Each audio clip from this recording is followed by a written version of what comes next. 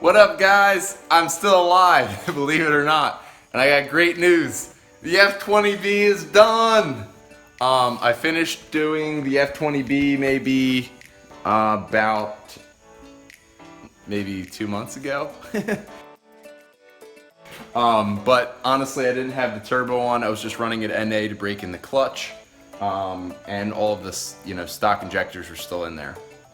But we are done. All I have to do at this point is add some vacuum lines for the boost control solenoid and the blow-off valve and the wastegate. But I was trying to decide what color scheme I wanted to go with, just because everything looks kind of boring here. But everything is together, as you can see.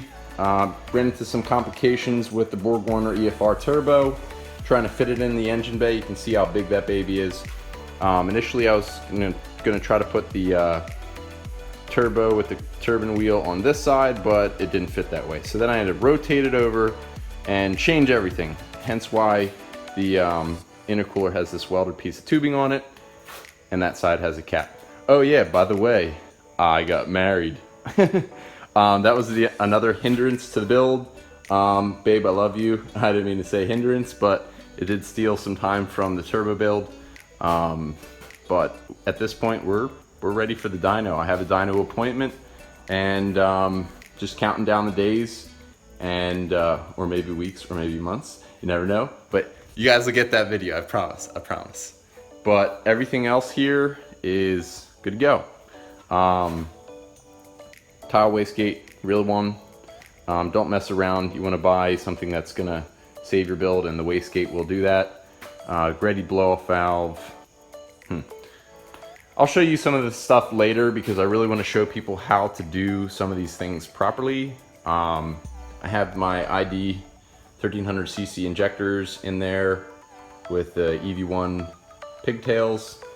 So I had to chop off the stock pigtails and put on ones that fit, because those IDs were the same ones that were, I believe, in an Evo, but barely ever used. So sweet deal there, save some cha-chang.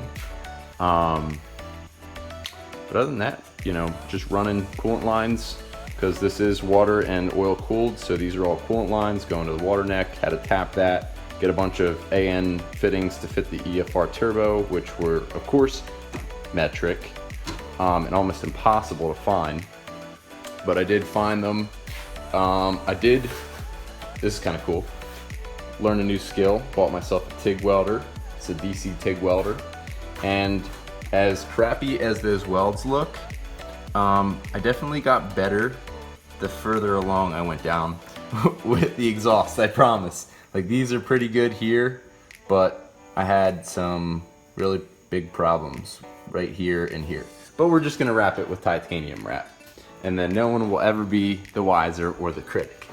But that exhaust runs almost all the way back to the joint past where you would have your catalytic converter. And back there I'll probably run a boost cutout, just so that I can keep it quiet in the suburban areas, but don't have any build up back pressure.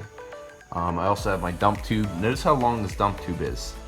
That's the way you want your dump tube, because you don't want to be recirculating exhaust gases right into your turbo, which is right here. That's the inlet for your turbo. So don't do that. But other than that, I have a tune on the car that is for a P72 ECU for an Integra B20. Doesn't run great, but it'll drive. And that's all that matters. It's just running really rich. And once I have my new, there it is right there, the box. My new X Series Uego AEM wideband, I'll be able to change the offset for the injectors and change the tune up a little bit so that I can run a little less rich. But here's my low pressure sensor, my AEM wideband. I don't have the wideband on right now, actually, because I was messing around with the exhaust, but she starts up, and yeah, So we'll get to the dyno, and you guys will get to see some big powers. But in all reality, I'm probably only gonna run about 450 horsepower on the street, because anything more than that's just not realistic. But yeah, guys, this is the first F20B built, turboed on YouTube, and it's mine. So kind of a race against the clock, because I know that there's other people out there trying it, but other than that, we're good to go here, guys. More power coming to you.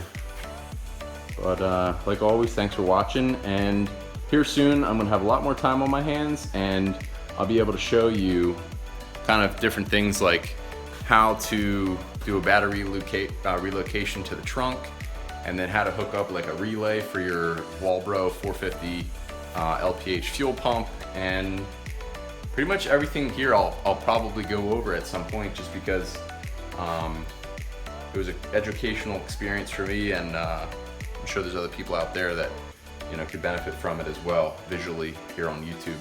But once again, guys, thanks for watching, and I will see you at the dyno.